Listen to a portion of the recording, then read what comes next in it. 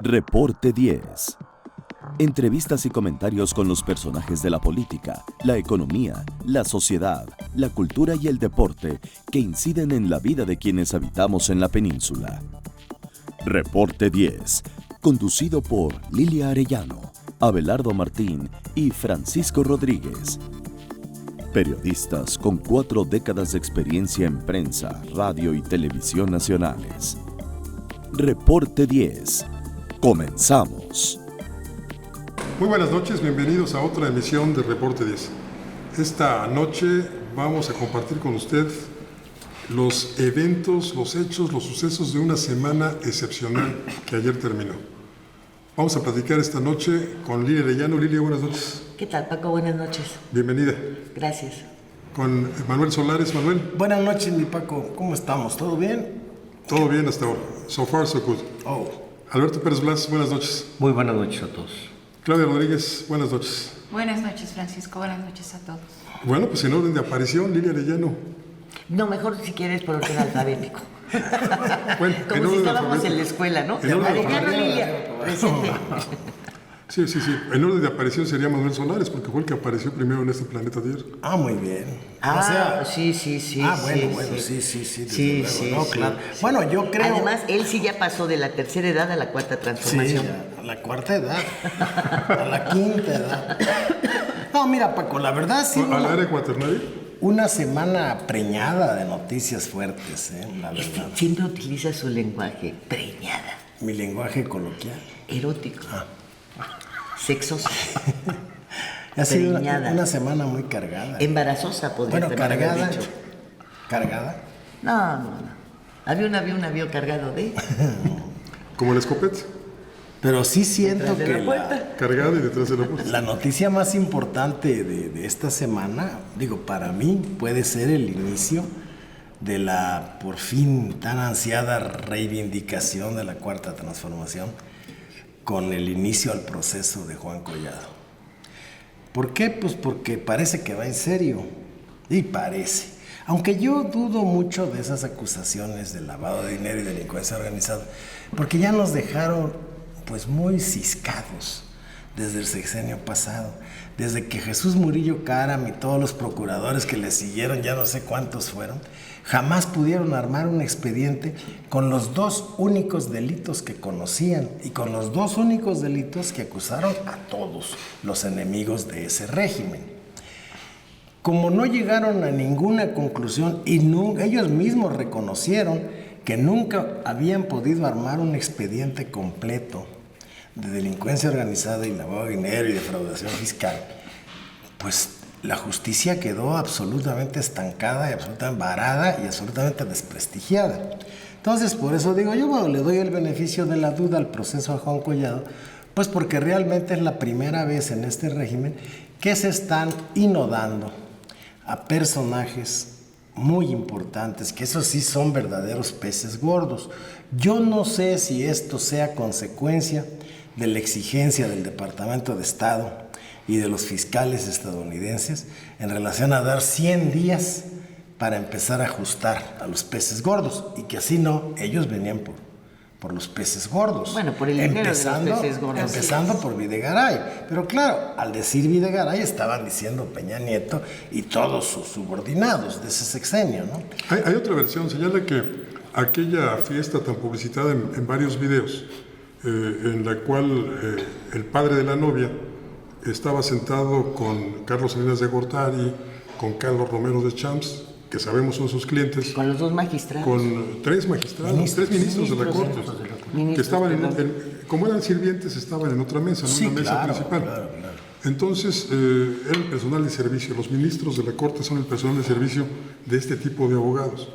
Entonces, creo que me dicen que cuando el presidente de la República vio ese video, se lo mostraron, dijo, eso no estaba pactado así. Lo cual me viene a caer más o menos, la fuente es irreprochable, me viene a caer de que sí existía un pacto entre López Obrador y Peña Nieto en cuestiones de corrupción. Pero ante la burla de esa fiesta faraónica, muy cara fiesta, pues la verdad es que dicen que el presidente dijo a lo que sigue. Motivado por la indignación ciudadana ante ese video. Por supuesto. Hay una cuestión. El hecho de que le dictaran prisión preventiva por 6 meses sin derecho a fianza, sí te dice que va en serio. Y esos 6 meses para Juan Collado van a ser terribles. Esos son los términos que marca el nuevo sistema penal acusatorio. Pero no se habían aplicado nunca, o sea, les daban siempre que en libertad van a enfrentar en juicio y en libertad tal. Pero atrás de las rejas, nada. Sí, el mismo Paco siempre dijo que era una puerta giratoria, y sí lo es. Lo era porque ya se quedó ahí adentro. Por eso. Pero la primera vez que se está aplicando eso y se está hablando en un caso de esta envergadura, involucrar a peces gordos. La primera ocasión en un caso de esta envergadura, porque el sistema penal acusatorio ya se ha venido practicando pues desde hace prácticamente 2 años, desde 2016. Sí, pero mira. Y este sistema dice que hay un plazo de 6 meses para que tanto el Ministerio Público concluya su investigación, como para que la defensa del inculpado también presente sus alegatos de defensa. Es el plazo constitucional que marca el nuevo sistema penal acusatorio y se tuvo que cumplir, aunque los abogados de Collado pedían que se dejara en libertad por cuestiones de salud. Hizo el show, se iba a desmayar, se le subió la presión, tuvieron que llamar a su médico particular, no al médico del penal, él pidió que fuese el médico del Hospital Ángeles que lo atiende, el cardiólogo, para que lo viera. Después del patatús, que duró 1 hora, regresa a la sala ya más tranquilo, y al final cuando el juez ordena que se den los 6 meses de prisión preventiva oficiosa, es cuando pues ya le dice el propio juez: aquí tenemos sillas de ruedas, hay buenos médicos y hay medicamentos, así que no se preocupe. Adentro del penal. Se lo hace patente, ¿no? Ahora, yo creo que debe ser difícil, siendo abogado, que enfrentes una situación de estas y escuches a tu abogado, ¿no? Porque realmente los clientes de Juan Collado no pisaron nunca la cárcel. Jamás. No la pisaron. Bueno, Raúl.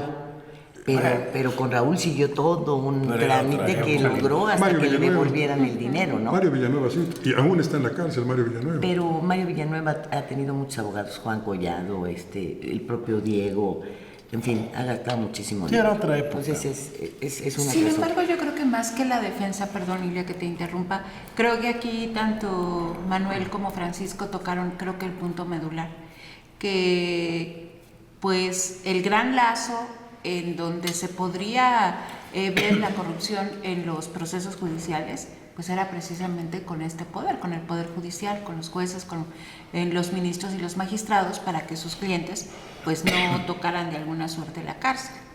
Y la verdad es que hoy muchos de los amigos de Collado pues también están en la mira, ¿no? El poder judicial, la verdad es que incluso retrocedamos una semana antes, en donde es poder el que le dice a la defensa de Lozoya que no puede citar a Peña Nieto y a Videgaray. Claro que es cierto, lo dice con toda exactitud y fundamentación, porque una vez que esté en proceso es cuando se puede hacer la prueba testimonial, antes no se puede hacer. Pero la verdad es que vemos ahí todos los escollos que puede poner este poder, que es el que por mucho tiempo le ha puesto de alguna manera los frenos a todos los procesos que hemos visto que se han intentado poner desde el ámbito ejecutivo. Y fíjate que tienes razón, Claudia. Hace cuestión también de 10 días conocimos una encuesta en donde México, para no variar, retrocede en cuanto a la lucha anticorrupción. Y esa encuesta es muy precisa al señalar que es precisamente el Poder Judicial el que lastra toda la lucha contra la corrupción que hay en México. El poder más corrupto medido en esa encuesta es precisamente el judicial. Ahora también va a enfrentar, independientemente del lenguaje de su propio abogado, que serán además sus empleados y sus alumnos, pues el hecho de que te empiecen a negar. Ya lo negaron los panistas, ya dijeron, no. ¿Cuántos no van a decir? Bueno, sí, yo lo contraté, pero nomás 2 meses, porque no me supo arreglar el asunto. Entonces, van a empezar a desligarse ¿te gustaría el 70% de los asistentes a esa boda? Sí, el 90%. Es el apestado. Así es. Sí, ve también cómo se envalentonaron un grupo de senadores para meter también a Romero de Champs en la danza. Sí, salen 8 senadores por ahí a decir, no, y también Romero de Champs, porque Romero de Champs está acusado. Pues claro que está acusado, tiene 1,200 denuncias. Yo creo que tienen que encontrar, como fue en el caso de Collado, una rendija por donde entrar. Porque, como lo hemos comentado, Romero de Champs tiene amparos de todo y para todo, ¿no? Y todos los días hace las renovaciones en los 32 estados. Muy bien. El problema ahí de fondo, te voy a decir, Lilia, más en el caso de Collado, marginalmente. podría tener no sé cuántos elementos para poderlo procesar. Y buscaron la denuncia de un tercero. Es la denuncia de este señor Bustamante el que lo pone tras las rejas.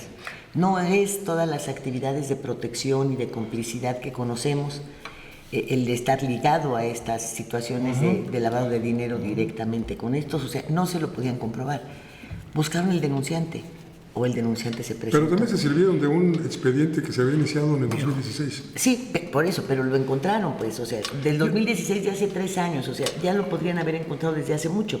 Sin embargo, decidieron taparlo, dejarlo guardado y que nadie lo mueva. Con la complicidad de González Aguade, que era el presidente de la Comisión Nacional Bancaria y Valores, y pupilo de José Antonio Mid y de Luis Videgaray, compañeros además, con todas esas complicidades que se daban en el poder. Y que porque ahora además, pueden salir. si mi jefe está lavando dinero en Caja Libertad, pues ¿por qué voy a poner a Caja Libertad en entredicho? Claro. ¿Por qué voy a suspender sus actividades? Además, Paco, yo también quiero hacer una acotación marginal a esto. Todos los jueces que concedieron amparos a Romero de Champs incurrieron en prevaricato. ¿Por qué? Pregunta, ¿por qué? Porque según la Constitución y según todo el sistema jurídico vigente, ningún juez puede amparar a quien está acusado de dañar los intereses supremos de una nación. Ni aquí ni en China. Por eso, pero a lo mejor esa no es la acusación que tiene Romero de Champs. No va por ahí. Las 1,200 denuncias van por ahí. No, lo han denunciado por malos manejos de las cuotas, porque por enriquecimiento eso se los quita con inexplicable. cacahuates. Bueno, todo eso son las denuncias, pero no ha habido uno que diga, a ver, el robo del 1,000,000 de barriles todos los días es un robo a la nación. Sí. Esa no hay una denuncia. Bueno, ¿te No hay parece una denuncia. poco el robo a los fondos de resistencia sindical de Joaquín Hernández Galicia? El robo, pues eso afecta a la clase trabajadora, así, pero no es un daño a la nación. Pero claro que no, sí. claro que no. Estás dañando a un sector laboral, a un gremio, pero no estás dañando. El 1,000,000 que se roban sí es un daño a la nación. Estás hablando, el Lilia. hecho de que se estén del mercado negro de petróleo es un daño a la nación. Esos son daños a la nación. Estás hablando de 100,000 millones de dólares. No importa el monto, pero De $1 billón. Presta nombres. Es un gremio al que se está Extranjeros. afectando. Y son ellos los que tienen. Son Vamos a ellos. hacer una pequeña pausa en lo que se termina de poner de acuerdo y Nos enseguida acabamos de volvemos. pelear, te voy a pegar. No me contradigas en público. No. Es que no es así. En un momento regresamos a Reporte 10.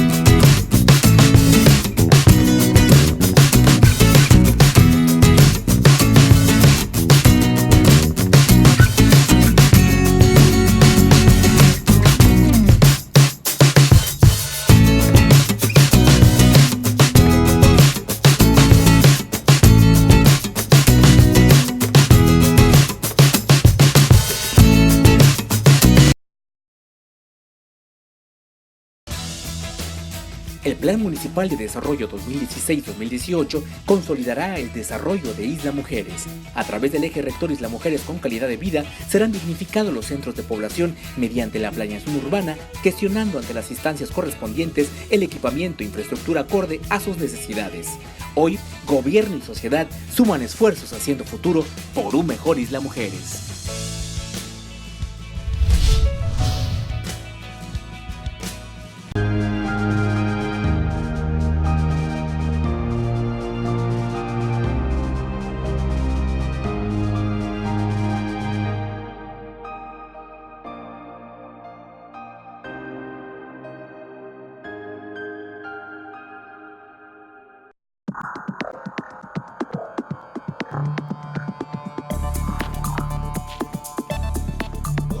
Muchas gracias por continuar con nosotros en Reporte 10.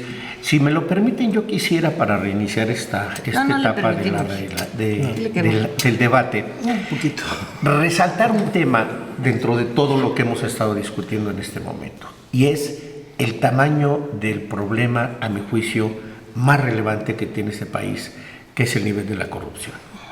Porque si bien el caso de Juan Collado es un caso muy llamativo publicitariamente por el personaje, por los factores políticos y económicos que lo han mantenido como uno de los, abogados más exitosos de este país, ¿no? Más ricos.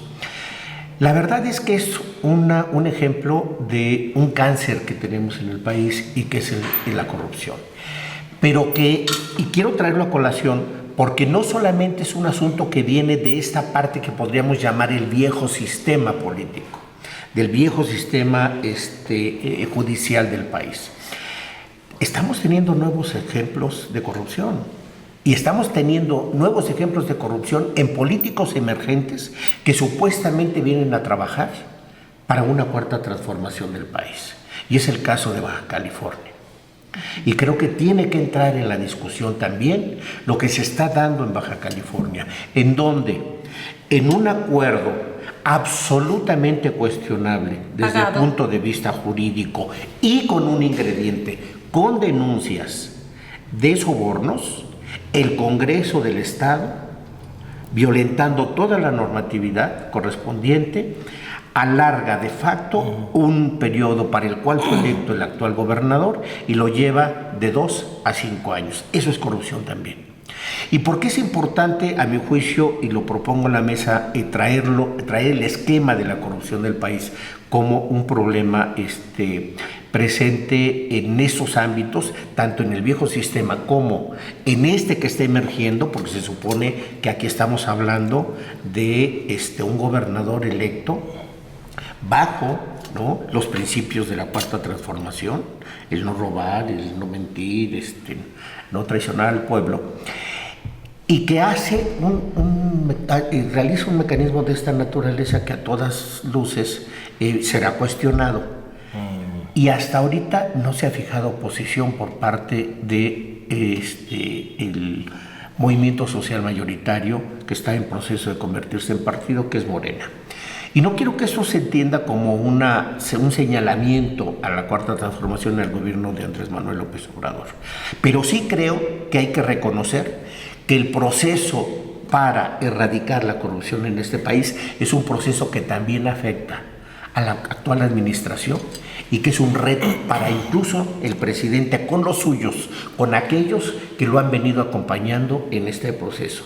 Y eso da la magnitud del problema que tenemos como nación en términos de la corrupción, como a mi juicio el principal problema que tenemos para poder continuar como una nación independiente y en mejores estadios de construcción social. Pues no habría que olvidar que la corrupción es inherente a la naturaleza humana y que no puede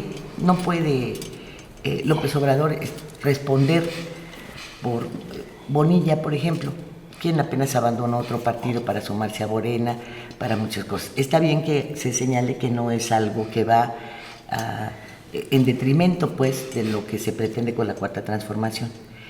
Pero finalmente yo creo que ya es la punta de la pirámide de lo que sabemos se da al interior de los congresos locales, ¿no? Lo hemos dicho muchas veces, se aprueban iniciativas de manera extraña que no tienen ningún beneficio para la gente y vemos el enriquecimiento de los curuleros locales. sobre todo estos que se manejan o que se presentan como líderes, luchadores sociales de comunidades muy pequeñas en donde viven en situaciones bastante jodidas y de repente al año de curuleros tienen una mansión y bueno, pues ahí está el rechazo de la gente. Yo creo que fue el colmo.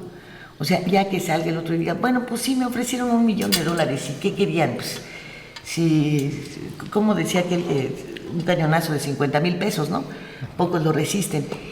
Y no me dieron, yo creo, las consecuencias políticas y electorales y que se pueden, yo creo que hasta se les puede penalizar porque finalmente son delincuentes.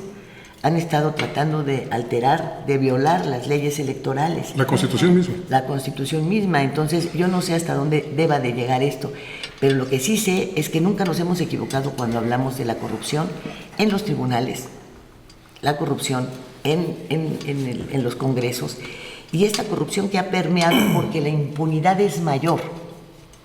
Tal vez no tendríamos estos niveles de corrupción si se hubiese actuado, pues por lo menos de manera ejemplar, para evitar que penetrara en todas las estructuras de gobierno como salitre, porque está en todos lados. Lo que hicieron los policías federales es corrupción.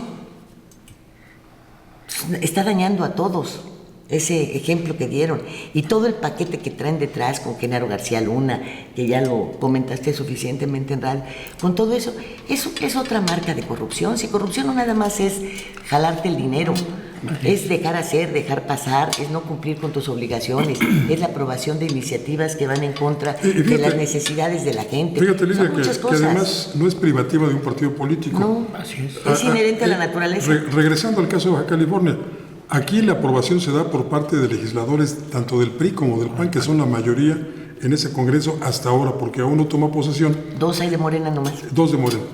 El nuevo Congreso aún no toma posesión. Y para colmo también de los cabildos. Exactamente, los cabildos también son panistas y priistas también. Para colmo. Así es, porque lo acaban de ratificar. Y aquí lo que está en juego es la supervivencia, que no vaya a la cárcel, pues, el gobernador saliente Francisco Quico de la Vega. Porque ha habido señalamientos de un enriquecimiento brutal por parte de toda la sociedad de Baja California que no han sido escuchados nunca por la Federación ni por ninguna instancia judicial, pese a que también hay decenas o centenas quizá de denuncias por ese enriquecimiento en contra del gobernador saliente.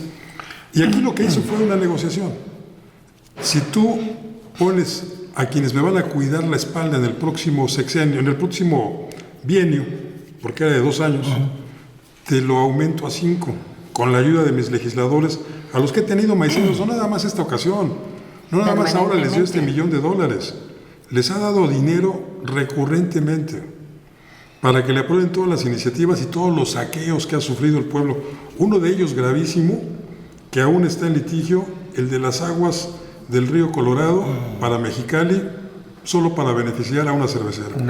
Otro robo en despoblado, el de la construcción de una desalinadora en Ensenada, que cuando ya estaba casi pagada por el pueblo contribuyente de Baja California, dijeron que era de la iniciativa privada y que le iba a dar servicio a San Diego.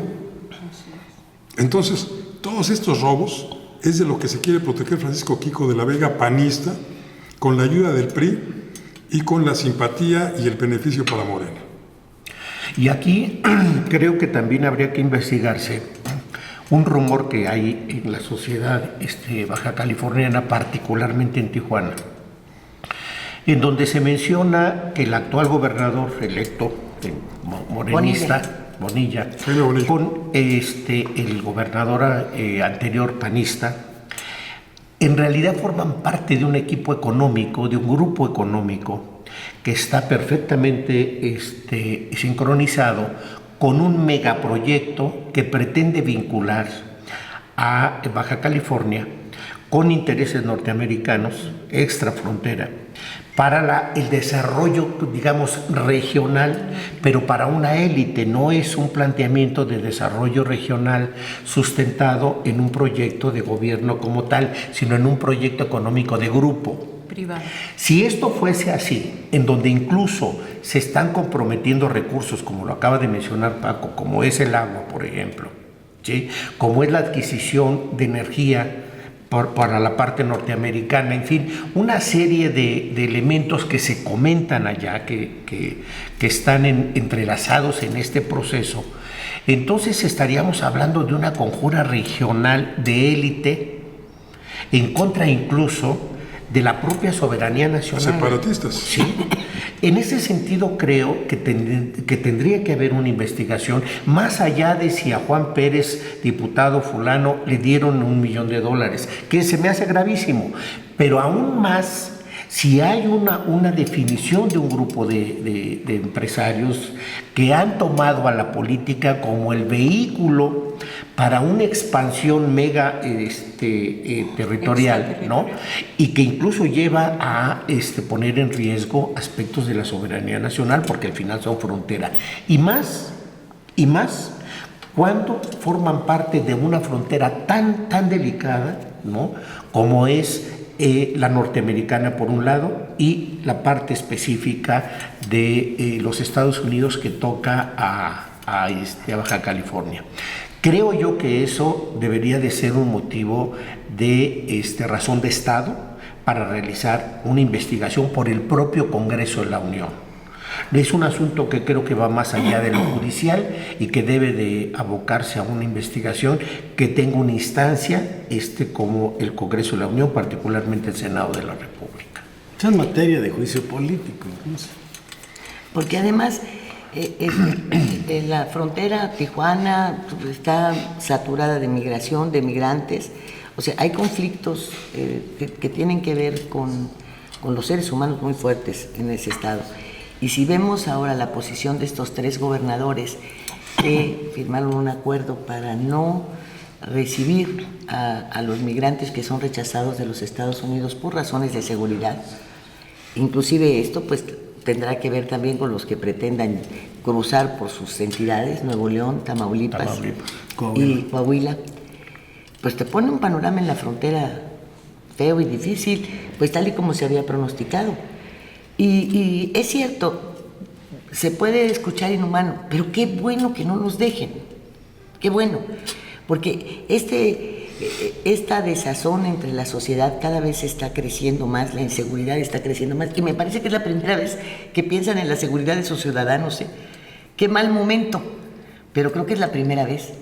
No puede seguir con las bandas de maras, con todo este grupo que estafa, con los extorsionadores, con los préstamos gota a gota, con todo lo que ya se ha vivido en las entidades y que se va obviamente a multiplicar, y que ellos saben que no hay capacidad para darles empleo y que la sociedad en sí, pues claro que puede estar molesta, porque si no tienes empleo para mí, ¿cómo te pones a dárselo a los demás, no?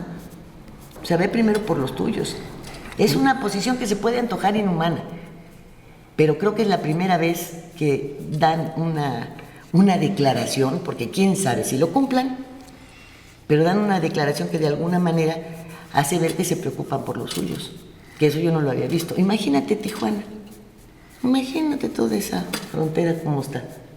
¿Y usted qué piensa de lo que estamos platicando? ¿Por qué no nos lo comenta aquí, en los comentarios de Facebook? Vamos a una pausa y enseguida regresamos. En un momento regresamos a Reporte 10.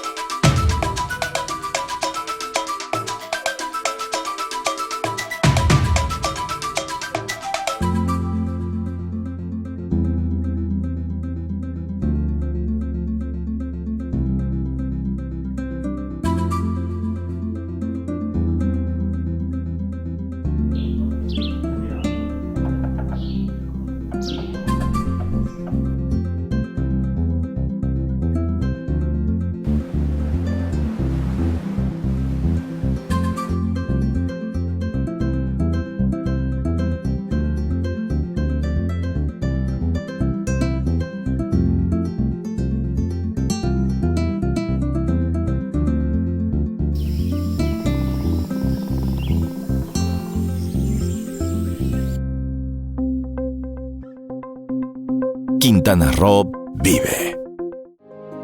Las cosas que queremos. Los proyectos que empiezan.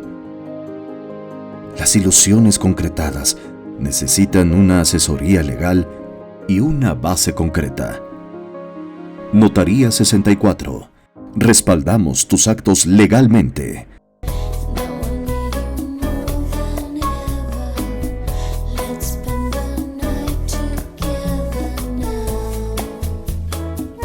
Vivir intensamente tiene un gran significado. En Hospital Americano tenemos más de 20 años en Cancún y con un excelente servicio médico. Área de urgencias, radiología y laboratorio las 24 horas. Visítanos en Retorno Viento 15 Supermanzana 4, teléfono 287-80-22 al 29. En Hospital Americano, cuidamos lo más importante de tu familia.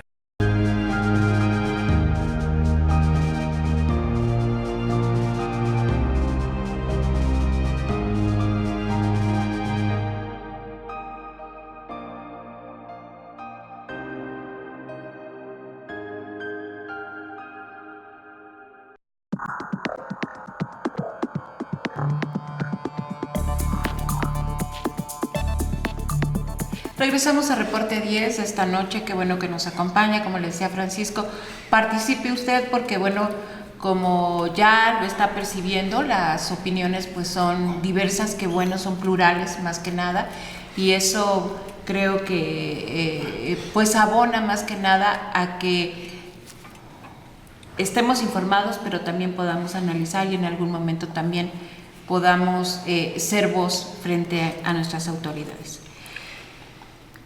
Mucho hemos hablado de la corrupción, han sido, como ustedes enunciaban al inicio del programa, que estos últimos días pues se han caracterizado por una vorágine de eventos en los que converge de alguna manera una acción, desafortunadamente para los mexicanos, que se puede nombrar como la corrupción. Entre ellos creo que se ha perdido el asunto del todavía gobernador de Campeche, que pues aspira a ser el nuevo dirigente del Partido Revolucionario Institucional, en donde está también marcada su trayectoria por una pues enriquecimiento abrupto, se podría decir, ¿no? Realmente que el mismo Congreso del Estado lo ha señalado, que cuando fue diputado federal, pues la verdad es que el enriquecimiento de este personaje priista pues es inexplicable. Y yo quisiera este acotamiento de el gobernador campechano Alito, como le dicen, Alito Moreno, pues tiene que ver directamente con un personaje o acaso dos personajes de la política mexicana, Carlos Salinas de Gortari y también Enrique Peña Nieto. Yo creo que todos estos dardos que se están lanzando en este momento anticorrupción, mediáticos si ustedes quieren todavía, y con un abogado ya en la cárcel, ya al menos con los 6 meses para ver si todas las pruebas que se estén abonando lo llevan a un proceso judicial o no. Creo que tiene que ver, les digo, con estos dos personajes, y creo que se nos está olvidando alguien que desde el exterior e incluso también en un proceso para ser enjuiciado tendría que ver en todo esto, que se llama Joaquín Guzmán Loera, el Chapo. No recordemos que, hay que recordar que todas estas cuestiones de señalamientos para Enrique Peña Nieto iniciaron en el mismo proceso de el Chapo Guzmán, cuando se dijo que había recibido un cañonazo en el 2017 de 100 millones de dólares. Incluso este fue un testigo de la Fiscalía estadounidense, o sea, un contrario al Chapo Guzmán, quien señaló quién, cómo, cuándo y dónde entregó este dinero. Yo creo que Peña Nieto pareciera que, como decía Francisco al inicio del programa, había pactado, se dice que fue una reunión con Videgaray y Andrés Manuel López Obrador, en donde pues se pactó esta transición de terciopelo, en donde el mismo Peña, Videgaray y por supuesto todo su equipo no serían tocados en temas de corrupción. Sin embargo, pudiera ser que Andrés Manuel López Obrador, de ser cierta esta pacto, no estarían cumpliendo, pero los enemigos de Peña Nieto los podemos contar pues en varias docenas, ¿no? La corrupción, por supuesto que deja a muchas víctimas, y creo que Peña Nieto pues amarraría con Andrés Manuel López Obrador en un cambio de gobierno del PRI a Morena, que se veía desde pues incluso 5 meses antes de la propia elección, en donde, bueno, creo yo que tuvieron que aplicar ellos el plan B, pero los planes siempre, cuando hay pues estos tipos de corrupción una y otra vez y en diferentes áreas, pues se les pudo haber ido de las manos, ¿no? Es ahí donde yo digo de las ventanitas que se buscan. Uh-huh. Yo creo que López Obrador le puede decir a Peña Nieto: yo no estoy incumpliendo mi pacto, si es que lo hubo. Me están persiguiendo los Estados Unidos, tú misma lo acabas de decir, saliste con el Chapo. Yo no he dicho que tú. Y el plazo que dio Estados Unidos de 100 días para que se arreglaran aquí las cosas de corrupción. Uh-huh. Entonces, yo no te estoy señalando, yo no te estoy entregando. Lo que hable tu abogado, pues el que te va a entregar es tu abogado, no yo. Uh-huh. O sea, yo no puedo darme la media vuelta si está siendo nombrado o evitar que te citen en Estados Unidos, ¿no?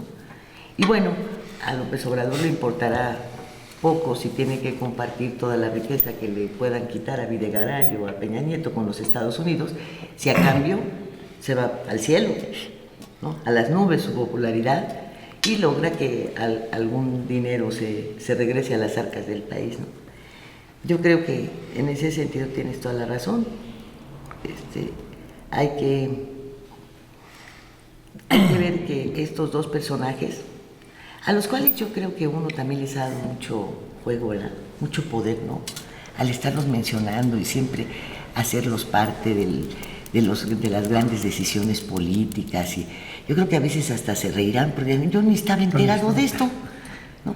Y uno... Ese negocio sí no era mío. Ese sí no era mío. Y uno se empeña en impulsarlos. Como cambiando un poco de tema, ahora pues ve todas las virtudes que tiene el mal encarado de Arturo Herrera, que se ríe, que esté bonito, que tiene una sonrisa cautivadora. Sonrisa cautivadora la tuya, Paco. Esa sí es cautivadora. Mira nomás, mira, ¿qué pero le encuentras? ¿Qué pero le encuentras? Ahora resulta que no, hombre, es lo máximo. Estudioso, le encanta el jazz. No pusieron si le gustan las mujeres, eso no pusieron. Tendría que ser una cualidad, creo yo también, ¿no? O sea, camínate derechito. Todas estas publicaciones, así como estas que tú mencionas, que son muy laudatorias del personaje y que evidentemente tienen un interés económico detrás, contrastan con la campaña de desprestigio que también en redes sociales se ha desatado en contra de personajes del sector hacendario precisamente. Al señor Herrera lo mencionan como esposo de la presidenta del SAT. Margarita Ríos Farjat, que ella está muy bien casada con un señor regiomontano que además es un académico muy prestigiado en las universidades y centros de estudios superiores de Monterrey. Y luego salen con estas ondas de que el señor Chespirito, decíamos, ¿verdad? Chespirito hacendario, el señor Herrera, sí tiene cara de Chespirito, ¿no? Ay, pobre Chespirito, capaz que le dices eso y resucita y te mata. Te mata el Chespirito. Pero yo creo que es más simpático. El Chespirito es el Chespirito. Pues nos ha hecho reír a los grandes. Pero según esta publicación que citaba Lilia, más simpático que Chespirito, que nadie. El señor Herrera. Bueno, no tiene igual. Que las primeras impresiones son las que quedan, ¿no?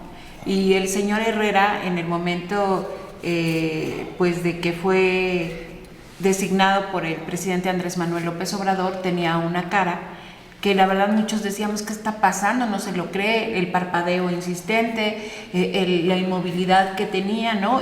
La rigidez. Exactamente. La cara de susto. Sí.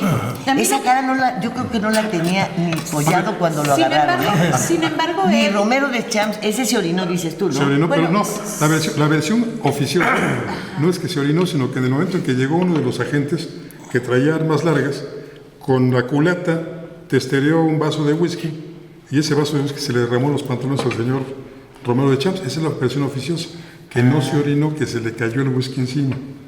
Sí, el whisky ya ves que es amarillo. Ha de haber sido, ¿cómo se llama? El que toman en las películas gringas. ¿No? El bourbon.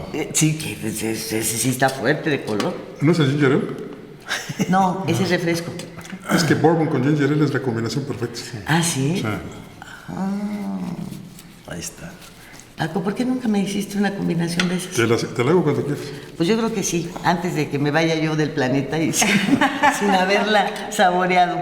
Bueno, perdón, yo solamente quería decir que el mismo Herrera aclaró que pues esa interpretación que pues la mayoría hicimos, ¿no? Percibimos, es que lo que quería, bueno, pues era estar de manera solemne en un momento como el que estaba sucediendo.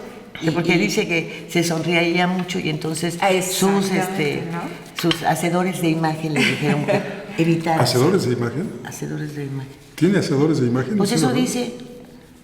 Bueno, pues esa es la imagen que le quieren hacer. O sea, no son reales, Mira, les hacen la imagen. Imagínate que tú estás en un lugar y te estás preparando para ser alcalde de la capital del estado donde naciste.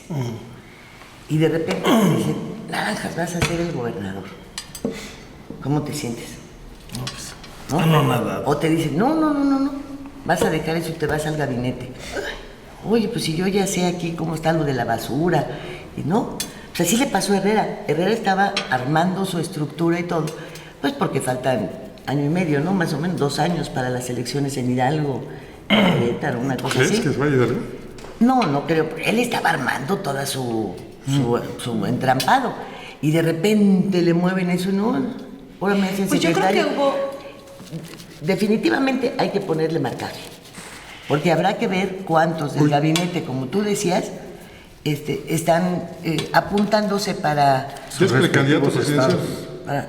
Eso dices tú, oye, que Dios nos agarre ¿Ya es precandidato confesados. presidencial? Yo no creo que por mucho que se le critique a López Obrador será capaz de hacernos una cosa de esas. No, nos quedan 2 minutitos nada más.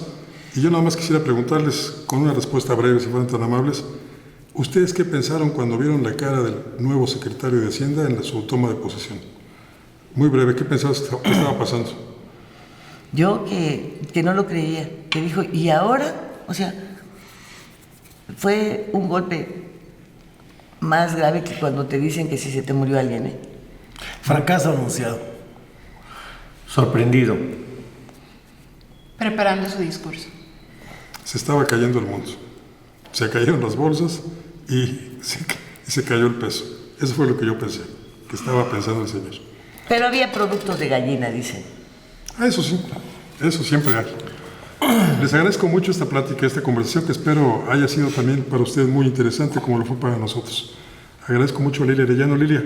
Gracias, Paco. Gracias, buenas noches. Buenas noches. Manuel Solares. Gracias a ti, Paco. Gracias Buenas noches. por estar conviviendo. Alberto aquí. Pérez Blas. Francisco, muchas gracias. Buenas noches. Claudia Rodríguez. Gracias, Francisco, un gusto compartir con todos ustedes. Y gracias a usted que nos acompañó. Lo invito para que la próxima semana también esté con nosotros en otro Reporte 10. Soy Francisco Rodríguez. Buenas gracias. Muchas noches. Ahora tiene usted a la mano más herramientas informativas para que emita su propia opinión. Comuníquese con nosotros, aporte sus comentarios y sugerencias a los correos y redes sociales que aparecen en su pantalla.